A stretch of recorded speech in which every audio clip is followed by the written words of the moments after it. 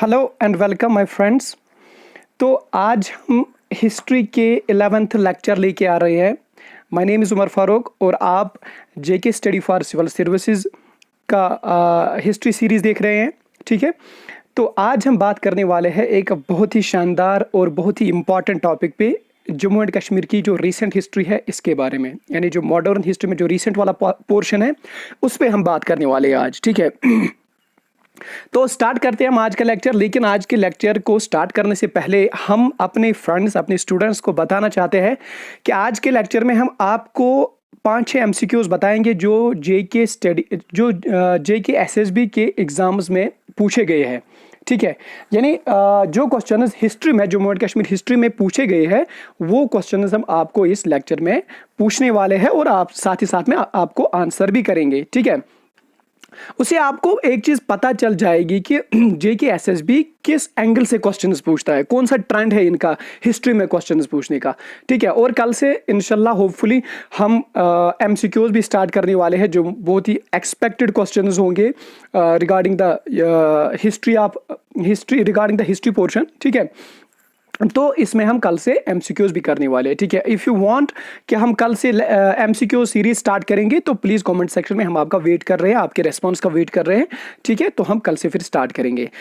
लेकिन दूसरी बात ये कि अगर ये जो लेक्चर आप देख रहे होंगे तो लेक्चर एंड होने के बाद बहुत सारे स्टूडेंट्स ये पूछेंगे सर आपने बहुत कम पढ़ाया। ये हम इसलिए बहुत कम पढ़ाएंगे आज क्योंकि जितने भी टर्म्स इसमें आएंगे, for example instrument of accession, for example abrogation of article 370, for example what was article 370, what was article 35A, on what grounds article 370 article 35A has been abrogated and on what grounds the Kashmiri people are challenging this thing in the Supreme Court. ठीक है, तो ये सब कुछ हम आज के lecture में बिल्कुल भी डिस्कस करने वाले नहीं है।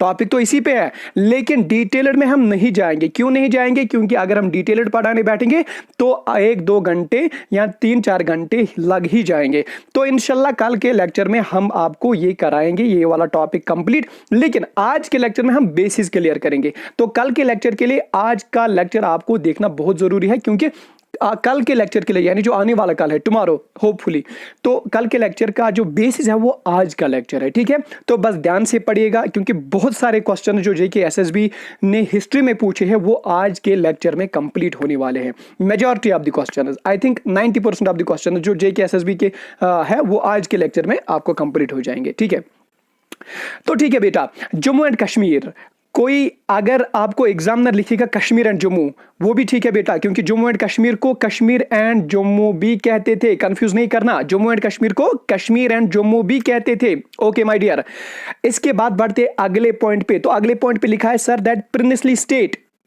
प्रिंसली स्टेट का मतलब क्या होता है? यहां पे मेरे स्टूडेंट्स कंफ्यूज होंगे, लेकिन हम अपने स्टूडेंट्स को बिल्कुल भी कंफ्यूजन नहीं रखेंगे। अपने स्टूडेंट्स को हम कंफ्यूजन दूर करेंगे और उनको समझाएंगे कि प्रिंसली स्टेट क्या चीज होती है।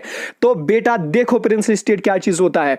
ये जो ब्रिटिश गवर्नमेंट यहां पे था, पहले तो ब्रिटिश गवर्नमेंट नहीं था, पहले तो ईस्ट इंडिया कंपनी थी। देखो बेटा ईस्ट इंडिया कंपनी कौन थे? ईस्ट इंडिया कंपनी जो थी वो अंग्रेज के ही लोग थे, उनमें अंग्रेज के ही बहुत बड़े ऑफिशियल्स थे, लेकिन वो ट्रेडर्स थे, मर्चेंट्स थे। और वो यहां जब आए उनका इंटेंशन सिर्फ दो चीजें थी उनकी इंटेंशन। एक तो ट्रेड था, यानी यहां पे तिजारत करना, क्योंकि इंडिया में बहुत ज्यादा जो स्पाइसेस निकलते थे वो इंडिया से ही निकलते थे उस टाइम। यानी जो केरला है that is called the spice state of the India, Kerala. ठीक है, तो वहां से स्पाइसेस निकलते थे। यानी जो वास्को डी गामा भी आया था, बहुत सारे जितने भी आए थे, खैर वो तो पुर्तगाल के थे, मैं अब आपको अंग्रेजों के बारे में बताता हूं। तो वो पहले यहां पे ट्रेड के नजरिए से आए थे। They came here with the intention to do trade. और दूसरा इनका इंटेंशन ये था कि उनका जो मजहब था क्रिश्चियनिटी, उसको वो यहां पे फैलाए, क्रिश्चियनिटी को यहां पे स्प्रेड करे। खैर क्या चीज था क्या नहीं था वो तो हम अपने लेक्चर में नहीं समझेंगे क्योंकि हमें वहां तक नहीं जाना है। लेकिन अगर आप डेफिनेटली यूपीएससी या केएस के लिए प्रिपरेशन कर रहे हैं तो बेटा आपको बहुत डेप्थ में पढ़ना होगा, तब आपको स्पेक्ट्रम पढ़नी ही पढ़नी होगी। खैर यहाँ पे आपको स्पेक्ट्रम का ए भी नहीं पढ़ना है, स्पेक्ट्रम का एस भी नहीं पढ़ना है, तो आप बस यहाँ पे जितना हम इस लेक्चर में पढ़ाएंगे उतना ही काफी होगा आपके लिए। ओके बेटा, तो यहाँ पे बात आती है सर प्रिंसली स्टेट की। तो मैंने बात की थी पहले ईस्ट इंडिया कंपनी की। तो कौन थे आप ईस्ट इंडिया कंपनी में?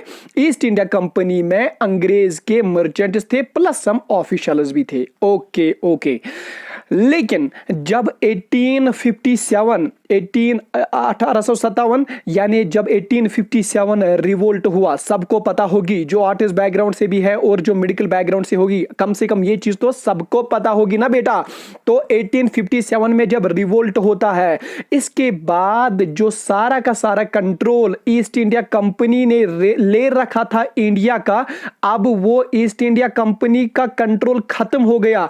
अब ये कंट्रोल डायरेक्टली चला गया ब्रिटिश गवर्नमेंट या आप ब्रिटिश पार्लियामेंट कहिए, ठीक है, ब्रिटिश गवर्नमेंट या ब्रिटिश पार्लियामेंट कहिए। मीन्स 1857 के बाद, 1857 के बाद जब यहां पे रिवोल्ट स्टार्ट हुआ, इसके बाद जो सारा का सारा कंट्रोल है वो ब्रिटिश गवर्नमेंट को चला गया, यहां ब्रिटिश क्राउन को चला गया, यहां ब्रिटिश पार्लियामेंट को चला गया। तो यहां आप ऐसे भी कह सकते हो कि Queen Victoria she has been declared as the empress of the India, यानी अब वो इंडिया की एम्प्रेस भी बन गई, ठीक है ना। ओके, तो बेटा यहां पे ईस्ट इंडिया कंपनी का जो रूल था 1857 में इसका दी एंड होता है। यानी रूल, यानी जो ये लोग थे ईस्ट इंडिया कंपनी के लोग थे, ये तो रूल करते थे इंडिया में, यानी बहुत सारे स्टेट्स, बहुत सारा एरिया, बहुत सारी टेरिटरी तो उन्होंने अपने कब्जे में करी थी। लेकिन अब जब 1857 में रिवोल्ट होता है तो फिर गवर्नमेंट क्या सोचती है, ब्रिटिश गवर्नमेंट, कि अब ईस्ट इंडिया कंपनी इस काबिल है ही नहीं कि वो इंडिया में रूल करे, अब हम खुद ही जाके इंडिया में रूल करेंगे, कंट्रोल करेंगे। तो बेटा होता क्या चीज है, होता यह है कि क्वीन विक्टोरिया खुद को प्रोक्लेम करती है, डिक्लेयर करती है कि अब मैं आप लोगों की रानी हूं, अब मैं एम्प्रेस हूं, ठीक है। तो मैं एम्प्रेस हूं अब इंडिया की भी जो जो टेरिटरीज ब्रिटिश ने ली थी उस टाइम। ओके, लेकिन सर आप हमें बता दीजिए कि हमें अभी भी कंफ्यूजन है प्रिंसली स्टेट में। तो ठीक है बेटा, कोई बात नहीं, प्रिंसली स्टेट भी यहां पे हम कंफ्यूजन दूर करेंगे कि प्रिंसली स्टेट क्या चीज होती थी। प्रिंसली स्टेट को हम नेटिव स्टेट भी कहते थे, प्रिंसली स्टेट को हम इंडिजिनस स्टेट भी कहते थे। तो बेटा इसका मतलब क्या होता है, इसका मतलब यह होता है कि जो यहां पे ब्रिटिश लोग थे, ठीक है, अब कंट्रोल किसके पास चला गया था, अब कंट्रोल चला गया था ब्रिटिश पार्लियामेंट को, लेकिन इससे पहले किसको था, ईस्ट इंडिया कंपनी को। देखो प्रिंसली स्टेट क्या होती है बेटा, अगर ब्रिटिश डायरेक्टली इंडिया के किसी टेरिटरी पे, किसी एरिया पे राज करती थी, यानी जो ये कहते थे वहां के लोग उनको मानना पड़ता था, जो ये कहते थे वहां के लोगों को वो मतलब उनको तो मानना ही पड़ता था, उसको कहते थे हम प्रोवेंस, ब्रिटिश प्रोवेंस, ठीक है, यानी उसको नाम पड़ता था ब्रिटिश प्रोवेंस। इसी तरह से दूसरी थी प्रिंसली स्टेट। तो प्रिंसली स्टेट में क्या चीज होता था, यहां पे राजा होते थे, यानी इन लोगों का अपना राजा था, ठीक है, यानी कश्मीर में जो डोगरा रहते थे उनका अपना राजा था, फॉर एग्जांपल महाराजा हरि सिंह, ठीक है ना। तो महाराजा हरि सिंह इनका अपना बादशाह था, अपना राजा था, लेकिन महाराजा हरि सिंह को कौन कंट्रोल करता था, महाराजा हरि सिंह को शाबाश ब्रिटिश गवर्नमेंट, यानी यहां पे इनका अपना नेटिव रूलर था, इनका अपना इंडिजिनस रूलर था, लेकिन उस रूलर को कंट्रोल, इस रूलर पे दबाव, इस रूलर पे एडमिनिस्ट्रेशन कौन करता था, ब्रिटिश गवर्नमेंट, ठीक है। यानी या फिर ईस्ट इंडिया कंपनी या 1857 के बाद ब्रिटिश गवर्नमेंट, ब्रिटिश राज, ठीक है ना बेटा। ओके, लेकिन सर अब स्टूडेंट्स यहां पे कंफ्यूज होंगे, सर यहां पे प्रिंसली स्टेट हमें अभी भी समझ नहीं आई, क्यों, क्योंकि अगर यहां पे सर रूलर होता था तो फिर ब्रिटिश को इनका मान, यानी ब्रिटिश उनको हुक्म करते थे, उसको वही करना पड़ता। सर ये तो one and the same thing हुई ना, कि यहां पे रूलर नहीं होता था, अगर प्रोविंस की बात करेंगे तो यहां पे रूलर नहीं होता था, यहां पे डायरेक्टली ब्रिटिश गवर्न करता था, ठीक है। लेकिन देखो बेटा बात क्या है, देखो डिफरेंस कहां पे है, हम यहां पे डिफरेंस की बात करेंगे। देखो डिफरेंस क्या थी प्रिंसली स्टेट और प्रोविंस की। ये जो प्रिंसली स्टेट थी ना बेटा, हम अपनी बात करेंगे तो यहां पे हमारे रूलर जो थे वो महाराजा हरि सिंह थे, फॉर एग्जांपल वो महाराजा हरि सिंह थे। तो वो लोग क्या करते थे, उन्होंने ब्रिटिश के साथ एक एग्रीमेंट साइन किया होता था, ब्रिटिश के साथ एक ट्रीटी साइन करी होती थी। ट्रीटी मैंने आपको बोला एक मुआहदा होता था, एक डॉक्यूमेंट्री वर्क होती थी, जिसमें ये लोग भी साइन करते थे और दूसरी पार्टी भी साइन करते, यानी हरि सिंह ने भी साइन किया और ब्रिटिश ने भी। फॉर एग्जांपल उसमें क्या बोला जाता था, उसको कहते थे हम सब्सिडरी अलायंस, ठीक है। यानी जो बच्चे केओस और आईएएस की प्रिपरेशन करते हो इनको तो पता ही होगी सब्सिडरी अलायंस क्या है, लेकिन जो मेरे अपने स्टूडेंट्स हैं जो जेके एसएसबी के लिए प्रिपरेशन कर रहे हैं उनको भी हम एक क्लियर करते हैं कि सब्सिडरी अलायंस क्या होती है। तो देखो बेटा सब्सिडरी अलायंस क्या होती है, सब्सिडरी अलायंस का मतलब होता था कि यहां पे जो राजा होता था इस स्टेट का और जो ये ब्रिटिश होते थे, इनके दरमियान एक एग्रीमेंट एग्रीमेंट होती थी, इनके दरमियान एक ट्रीटी होती थी। इस ट्रीटी में यह कहा जाता था कि ब्रिटिश का जो फौज है वो इस स्टेट में रहेगा। यानी ब्रिटिश इनको कहता था कि ब्रिटिश इनको कहता था कि आपको घबराने की बिल्कुल भी जरूरत नहीं है। यानी ब्रिटिश इस राजा को कहता था आपको घबराने की कोई जरूरत नहीं है, आपको कोई भी हमला नहीं कर सकता। यानी यहां पे राजा है, यहां पे ब्रिटिश है। यानी ब्रिटिश राजा को अपनी आर्मी देता था। यानी ब्रिटिश कहां क्या करती थी? ब्रिटिश आर्मी देती थी किसको? राजा को। और राजा अपनी टेरिटरी में रखता था। यानी इसकी टेरिटरी को अब हिफाजत कौन करता था? ब्रिटिश की आर्मी। लेकिन इसके इवज में, इसके बदले में राजा क्या देता था ब्रिटिश को? राजा ब्रिटिश को देता था, ये इनको एग्रीमेंट देता था, और एग्रीमेंट में यह कहता था कि मैं किसी के साथ कोई और एग्रीमेंट नहीं कर सकता। यानी फ्रेंच के साथ नहीं, पुर्तगाल के साथ नहीं, किसी के साथ नहीं दोस्ती रख सकता। ठीक है। और दूसरा माहदा यह था कि अगर मैंने, यानी ये जो ब्रिटिश आर्मी थी ना यहां पे बेटा, तो ब्रिटिश आर्मी का सारा खर्चा ये राजा उठाता था। अगर इस राजा ने खर्चा उठाने से इनकार किया, या अगर इस राजा ने इन ब्रिटिश आर्मी का खर्चा नहीं उठा सका, तो ये टेरिटरी, तो ये एरिया, यानी इस राजा का ये स्टेट, इस राजा की ये टेरिटरी, ये ब्रिटिश को चली जाएगी। यानी ये पूरी की पूरी आप ब्रिटिश को चली जाएगी। ठीक है। यानी देखो ये पॉलिसी किसकी थी? इसी को कहते थे हम सब्सिडरी अलायंस। देखो बेटा फिर से रिपीट करते हैं, सब्सिडरी अलायंस क्या चीज होती है?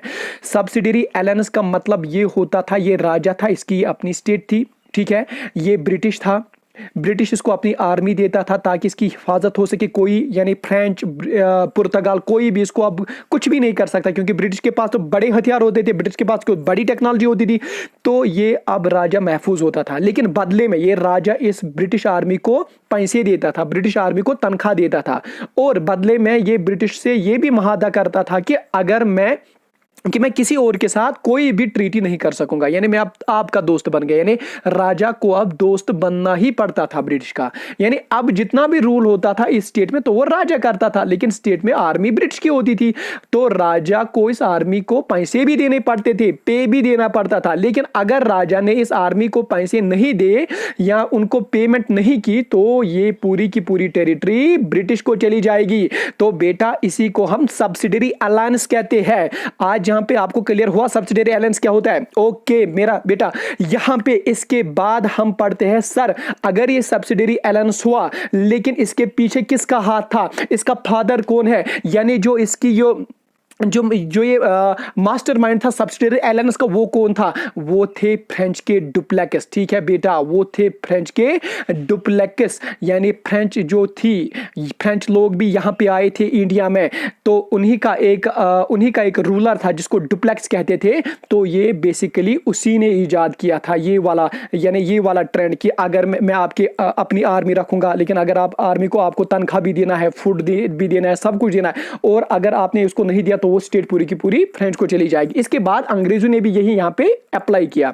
लेकिन यहां पे क्वेश्चन आता है आपके आईएएस और KAS exam point of view से, जो यूपीएससी 2015 में शायद आ चुका है, 15 और 14 चेक करना कहां पे आ चुका है, कि कौन सी ऐसी स्टेट है इंडिया की, कौन सी ऐसी प्रिंसी स्टेट थी इंडिया की जो ब्रिटिश के कब्जे में पूरी की पूरी चली गई, क्योंकि इसके राजा ने यहां पे ब्रिटिश के आर्मी को पैसे या तनख्वाह नहीं दे सका, तो वो थी अवध। ठीक है, तो वो प्रिंसली स्टेट कौन थी?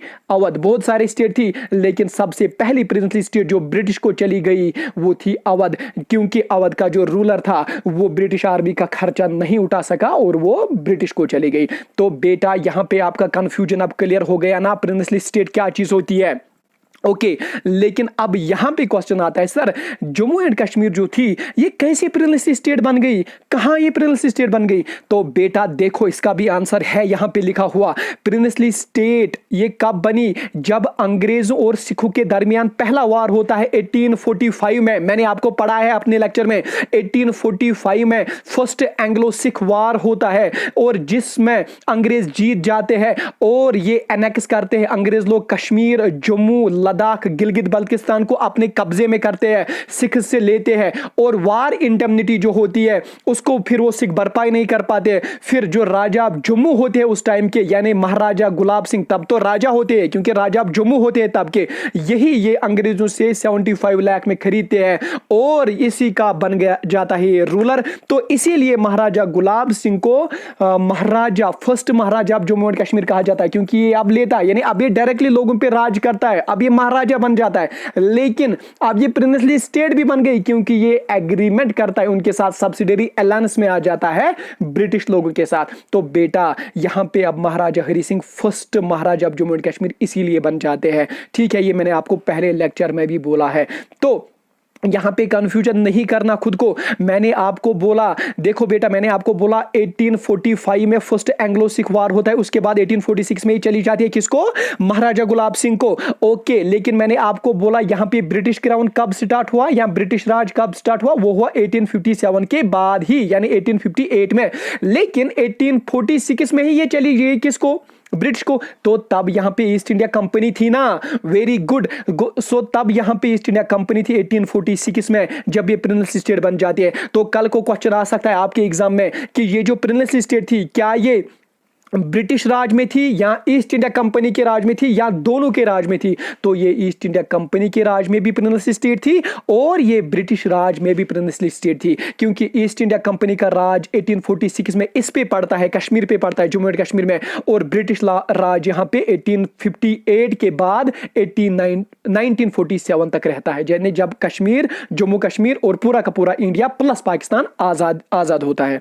ठीक है, तो यहां पे एक और क्वेश्चन आपका बन जाता है एग्जाम में। ठीक है, यानी it was a princely state under East India Company as well as under the British Raj. ठीक है, देखो इसीलिए मैंने आपको बोला कि ये जो article 370, article 35 instrument of action, ये आज कंप्लीट नहीं होगा क्योंकि बहुत ज्यादा कंटेंट, यानी आपको कंफ्यूजन हो ना हो, इसलिए हम कोशिश करते हैं आपका एक एक पॉइंट यहाँ पे क्लियर करना, आपका एक एक पॉइंट यहाँ पे बिल्कुल वाज़ेह तौर पर बयान करना। ठीक है, तो बेटा यहां तक आपको समझ आया? ओके। लेकिन अब आपके एग्जाम में क्वेश्चन आ सकता है जो आ भी चुका है, वो ये कि पार्टीशन के टाइम कौन रूलर थे यहां, तो वो थे महाराजा हरि सिंह। पार्टीशन के टाइम यहां पे जो रूलर थे कश्मीर के वो थे महाराजा हरि सिंह। पार्टीशन मतलब 1947 में जब ब्रिटिश 3 जून 1947 में ये लॉर्ड माउंटबेटन ऐलान करता है कि अब इंडिया और पाकिस्तान बनने जा रहा है, अब 2 डिफरेंट अलग अलग कंट्रीज बनने जा रहे हैं, अब 2 डोमेन्स बनने जा रहे हैं। तो तब कौन यहां पे रूलर होता है जब पार्टीशन होता है, जब इंडिया टूट जाता है और पाकिस्तान अलग स्टेट बन जाती है, तो कौन यहां पे रूलर होते हैं, तो वो होते हैं महाराजा हरि सिंह। आपके एग्जाम का एक और क्वेश्चन यहां पे हल होता है। ठीक है, देखो बेटा, इसके बाद जब महाराजा हरि सिंह यहां पे रूलर होते हैं, जब पार्टीशन भी हो गया, अब पाकिस्तान भी बन गया, लेकिन पाकिस्तान चुप रहने वालों में से तो नहीं था। ठीक है, क्यों? क्योंकि पाकिस्तान को इंटेंशंस पता थे महाराजा हरि सिंह के, that Maharaja Hari Singh is going to accede one day with the India, कभी ना कभी तो महाराजा हरि सिंह इंडिया के साथ एक्सीड करने वाला है। तो उन लोगों ने क्या किया, तो एज पर द हिस्ट्री, देखो बेटा पहले ही मैं अपना डिस्क्लेमर बोलता हूं कि मैं जो पढ़ाता हूं हिस्ट्री पढ़ाता हूं, मैं अपनी बात नहीं बोलता, and neither I am partial two someone, मैं किसी का फेवर नहीं करता हूं। ठीक है, जो भी हिस्ट्री में लिखा है मैं वही पढ़ाता हूं। ओके, तो बढ़ते अपने टॉपिक पे। यहां पे लिखा है कि एक अपराइजिंग स्टार्ट हो गई थी। कहां पे अपराइजिंग, यानी एक रेबिलियन, यहां पे एक बगावत स्टार्ट हुई थी। कहां पे, यानी जब पार्टीशन हुआ, अब पाकिस्तान बन गया, लेकिन जम्मू एंड कश्मीर के नॉर्थ वेस्टर्न फ्रंटियर प्रोविंस, यानी नॉर्थ वेस्टर्न साइड में जो फ्रंटियर, यानी जो फ्रंटियर का मतलब होता है जो बॉर्डर साइड के जो प्रोविंसेस होते हैं, यानी नॉर्दर्न वेस्टर्न के बॉर्डर साइड में जो रीजन्स थे उनमें अपराइजिंग स्टार्ट हो गई, उनमें बगावत स्टार्ट हो गई महाराजा हरि सिंह के खिलाफ। ठीक है, लेकिन एज पर द हिस्ट्री वो बगावत, इसको सपोर्ट कौन करता था, बगावत के पीछे मास्टरमाइंड कौन था, बगावत के पीछे रूट काज क्या था, वो था पाकिस्तान। ठीक है, और इसी की वजह से महाराजा हरि सिंह को जबरदस्ती जाना पड़ता है as per the history Indian government को, और इनके साथ ये इंस्ट्रूमेंट ऑफ एक्सेशन साइन करते हैं 26 अक्टूबर 1947। आपके एग्जाम पॉइंट ऑफ व्यू से एक और क्वेश्चन यहां पे हल होता है कि आप बता दीजिए, यानी जो जम्मू एंड कश्मीर है ये कब इंडिया के डोमेन में चला गया। देखो बेटा, यहां पे आपका क्लियर कंफ्यूजन करते हैं, यहां पे जब इंडिया बना और जब पाकिस्तान बना, ये तो इंडिया है, ठीक है, और ये तो पाकिस्तान है, ठीक है। लेकिन पार्टीशन जब हुआ, जब इंडिया आजाद हुआ, तब बताया गया सबको, प्रिंस स्टेट्स को भी बताया गया कि आप इंडिया के साथ रहना चाहते हो या पाकिस्तान के साथ रहना चाहते हो। लेकिन वहां पे तो सब कुछ हल हो गया, यानी यानी कुछ स्टेट्स ने, प्रिंस स्टेट ने बोला हम इंडिया के साथ रहेंगे, तो कुछ प्रिंस स्टेट ने बोला हम पाकिस्तान के साथ रहेंगे, ठीक है, बात खत्म यहां पे। लेकिन 3 ऐसी स्टेट्स थी जिन्होंने बोला कि ना हम इंडिया के साथ रहेंगे ना हम पाकिस्तान के साथ रहेंगे। क्यों? क्योंकि तब जाके ब्रिटिश गवर्नमेंट ने ऐलान किया था, और इंडिया और पाकिस्तान ने भी ऐलान किया था, इस बात पे वो राजी हो गए थे कि अगर कोई फ्री रहना चाहते हो तो रहने दो, कोई जुल्म नहीं है उन पे, ठीक है, चाहे वो इंडिया के साथ आना चाहता है या पाकिस्तान के साथ, या तीसरा ऑप्शन ये भी है कि वो फ्री भी रह सकता है। तो 3 ऐसी स्टेट्स थी जिन्होंने डिसाइड किया कि हम फ्री रहेंगे। देखो बेटा कौन कौन, याद रखना, 1 इज जम्मू एंड कश्मीर, दूसरी थी हैदराबाद, और तीसरा था जूनागढ़, ठीक है। हैदराबाद, जूनागढ़ और जम्मू एंड कश्मीर, इन्होंने फैसला किया कि हम ना इंडिया के डोमेन में चले जाएंगे ना पाकिस्तान के डोमेन में चले जाएंगे। लेकिन जब महाराजा हरी सिंह यहां पे देखता है कि अपराइजिंग स्टार्ट हो गई, पाकिस्तान के लोग यहां पे आने शुरू हो गए, पाकिस्तान ने यहां पे हमला करना स्टार्ट किया, तो वो यानी ये जो जम्मू एंड कश्मीर है, ये महाराजा हरी सिंह जाते हैं कहां पे, जम्मू जाते हैं, और जम्मू में प्राइम मिनिस्टर जो होते हैं कौन, शाबाश, प्राइम मिनिस्टर होते हैं जवाहरलाल नेहरू, उनके साथ एक एग्रीमेंट साइन करते हैं जिसका नाम होता है इंस्ट्रूमेंट ऑफ एक्सेशन। तो इंस्ट्रूमेंट ऑफ एक्सेशन का मतलब होता है कि यार अब मैं आपके एक्सीड करता हूं, आपके डोमेन में आ गया, यानी मैं अब अपनी जो स्टेट है जम्मू एंड कश्मीर, ये मैं आपको हवाले करता हूं, ठीक है। याद रखना, इंस्ट्रूमेंट ऑफ एक्सेशन साइन किया 26 अक्टूबर 1947 को महाराजा हरी सिंह ने जवाहरलाल नेहरू के साथ, ठीक है। लेकिन बेटा यहां पे कंफ्यूजन बिल्कुल भी नहीं करना, यहां पे खुद को समझाना कि जब भी कोई स्टेट इंडिया के डोमेन में आती थी या जब भी कोई स्टेट पाकिस्तान के डोमेन में आती थी, तब वो इंस्ट्रूमेंट ऑफ एक्सेशन तो साइन करते थे, लेकिन उनको मर्जर एग्रीमेंट भी साइन करना होता था। बहुत ही बढ़िया पॉइंट, बहुत ही इंपॉर्टेंट पॉइंट यहां पे, कि उनको कौन सा साइन करना पड़ता था, that was known as merger agreement, यानी मैं कंप्लीटली मर्ज करता हूं। लेकिन बेटा क्या महाराजा हरी सिंह ने मर्जर एग्रीमेंट साइन किया? नहीं। तो आपका आंसर होना नहीं। तो क्या इसने साइन किया? उन्होंने साइन किया इंस्ट्रूमेंट ऑफ एक्सेशन। लेकिन इस इंस्ट्रूमेंट ऑफ एक्सेशन में क्या होता है थोड़ा सा बताएंगे, लेकिन कल के लेक्चर में पूरा इलस्ट्रेट करेंगे। इस इंस्ट्रूमेंट ऑफ एक्सेशन में यह साइन किया गया कि आप यानी इंडिया जो है, यानी इंडिया जम्मू एंड कश्मीर में आएगी, वहां पे ये अपना फौज लेके आएगी तब तक जब तक कि पाकिस्तान यहां से, यानी जो पाकिस्तान ने यहां पे अपराइजिंग स्टार्ट की थी, जब तक वो चली न जाएगी तब तक इंडियन गवर्नमेंट यहां पे अपना फौज लेके आएगी। दूसरा, इंडिया यानी जम्मू एंड कश्मीर पे कौन सा ताकत रहेगा इस इंडिया को? वो 3 थे। 1 is communication, another is defence and number 3 is external affairs. यानी बस इस इंस्ट्रूमेंट ऑफ एक्सेशन में सिर्फ 3 चीजें साइन हुई, यानी इंडिया अगर कश्मीर पे कोई भी चीज डाल सकता है, वो थे सिर्फ 3। एक तो डिफेंस यानी मिलिट्री ला सकता है, वो भी तब तक जब तक यहां से पाकिस्तान न चला जाए। दूसरा कम्युनिकेशन, और तीसरा external affairs. Instrument of accession में बस इतना ही साइन हुआ था। और ये भी याद रखना कि हर कोई स्टेट अगर वो इंडिया के पास चली जाती थी या पाकिस्तान के पास चली जाती थी, उनको 2 एग्रीमेंट साइन करने पड़ते थे। एक तो इंस्ट्रूमेंट ऑफ एक्सेशन, मींस हाँ यार मैं आ गया आपके डोमेन में, अब मैं आप ही का पार्ट हूं। दूसरा था मर्जर एग्रीमेंट, यानी मैं कंप्लीटली मर्ज करता हूं आपके साथ, यानी आप मुझ पे लॉज भी बना सकते हो, आप मुझ पे कुछ भी कर सकते हो, मैं कंप्लीट। लेकिन यहां पे महाराजा हरी सिंह ने सिर्फ इंस्ट्रूमेंट ऑफ एक्सेशन साइन किया था, मर्जर एग्रीमेंट बिल्कुल भी साइन नहीं किया था। और उस इंस्ट्रूमेंट ऑफ एक्सेशन में भी सिर्फ 3 कंडीशन थे कि आप यहां पे मुझे अपनी आर्मी दोगे, कम्युनिकेशन यहां पे चलाओगे और एक्सटर्नल अफेयर्स भी यहां पे चलाओगे, बाकी कुछ भी नहीं। इसीलिए बेटा अगर मैं आपको याद दिलाऊं, जीएसटी जो रिसेंटली लॉन्च हुआ था 2019 में, तब वो पूरी इंडिया में लॉन्च हुआ था, लेकिन सिर्फ जम्मू एंड कश्मीर में नहीं हुआ था। जम्मू एंड कश्मीर में 1 हफ्ते के बाद। क्यों? क्योंकि जम्मू एंड कश्मीर के स्टेट को पूछा गया क्या हम यहां पे जीएसटी लागू कर सकते हैं कि नहीं। जब जेएंडके स्टेट के गवर्नमेंट ने एग्रीमेंट किया था, सॉरी उनको बोला था हाँ कोई बात नहीं कर सकते हो, इसके बाद 1 हफ्ते के बाद फिर वहां पे ये हुआ। ठीक है, अभी आपको डिटेल में जाने की जरूरत नहीं, बस इतना समझो एग्जाम पॉइंट ऑफ व्यू से कि 26 अक्टूबर 1947 को इंस्ट्रूमेंट ऑफ एक्सेशन साइन किया गया। ठीक है, इसके बाद क्या होता है, वेस्टर्न एंड नॉर्दर्न जो डिस्ट्रिक्ट्स थे, यानी जिनको हम प्रेजेंटली आजाद कश्मीर कहते हैं और गिलगित बाल्टिस्तान, ठीक है, ये पाकिस्तान को चला गया। ठीक है, क्योंकि अपराइजिंग स्टार्ट हुई थी यहां पे, ठीक है, वो भी वार होता है। कब ये वार होता है, अभी हम आने वाले हैं उस चीज पे, डेट पे आने वाले हैं। और उस वार में आजाद कश्मीर एंड गिलगित बल्तिस्तान यानी वेस्टर्न एंड नॉर्दर्न डिस्ट्रिक्ट जो जम्मू एंड कश्मीर की थी वो पाकिस्तान को चले जाते हैं। ठीक है, जो बाकी की टेरिटरी है अब वो इंडिया के पास है। ठीक है, देखो अब क्या चीज है ये आपको याद रखना एग्जाम पॉइंट ऑफ व्यू से, वो ये कि गुलाब सिंह कब आए थे यहाँ 1846 से 57 तक, ये रूलर थे, यानी जो प्रिंसली स्टेट के रूलर थे, यानी महाराजा जो थे, यानी प्रिंसली स्टेट की बात कर रहा हूं मैं, प्रिंसली स्टेट के रूलर। ठीक है, दूसरा था उसके बाद आए थे रणबीर सिंह, ये भी पता है आपको, प्रताप सिंह ये भी पता था, और हरि सिंह ये भी पता है, और करण सिंह। यहाँ पे कंफ्यूजन नहीं करना कि लास्ट रूलर करण सिंह थे, नहीं बेटा, लास्ट रूलर हरि सिंह ही थे। ये करण सिंह इंग्लिश के रेजेंट थे, यानी इंग्लिश के रेजेंट थे, यानी इंग्लिश लोगों ने उसको यहाँ पे रखा था। ये महाराजा हरि सिंह के बेटे होते हैं, टेम्पोरेरी रखा था। ठीक है, अब आपके एग्जाम में क्वेश्चन आ सकता है कि ये जो जम्मू एंड कश्मीर का अपना फ्लैग था, कल के लेक्चर में हम पूरा क्लियर करने वाले इस चीज को, सारा कंफ्यूजन आपका दूर करने वाले। लेकिन एग्जाम पॉइंट ऑफ व्यू से अगर कोई आज का लेक्चर देखेगा ना तो पूरा है, लेकिन जिसको डाउट्स क्लियर करने हैं, KS IS के लिए जाना है कल को, पूरा का पूरा वो चाहता है कि मुझे हिस्ट्री कश्मीर की समझनी चाहिए, तो वो कल का लेक्चर मेरा देखिए इंशाल्लाह, यानी आने वाला कार इंशाल्लाह होपफुली टुमारो। लेकिन अगर कोई अपना टाइम बचाना चाहता है, कहता है कि नहीं मुझे एग्जाम ओरिएंटेड पढ़ना है, अभी JK-SSB कम टाइम रहेगा, तो बस आपका आज का लेक्चर उसके लिए काफी है। यहाँ पे जो जम्मू एंड कश्मीर का फ्लैग जो है, इसमें ये